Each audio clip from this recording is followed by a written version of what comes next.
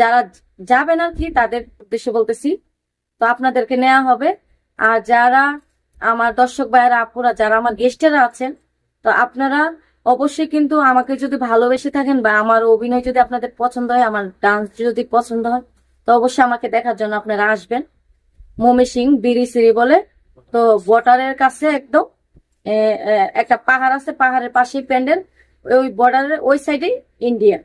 তো আপনারা ইচ্ছা করলে ওই ইন্ডিয়ার কাছেও ঘুরে আসতে পারবেন, কোনো সমস্যা নেই। আর ওখানে কিন্তু প্রচুর পরিমাণ শীত পড়ছে, তো বিশেষ করে আপনারা যারা যাবেন তারা সোয়েটার মুইটার কম্বল টম্বল সবকিছু নিয়ে নেবেন। যারা শিল্পীরা উদ্দেশ্য বলতেছে যারা প্যান্ডেলে যাবেন, তো আপনারা অবশ্যই সবকিছু নিয়ে নেবেন।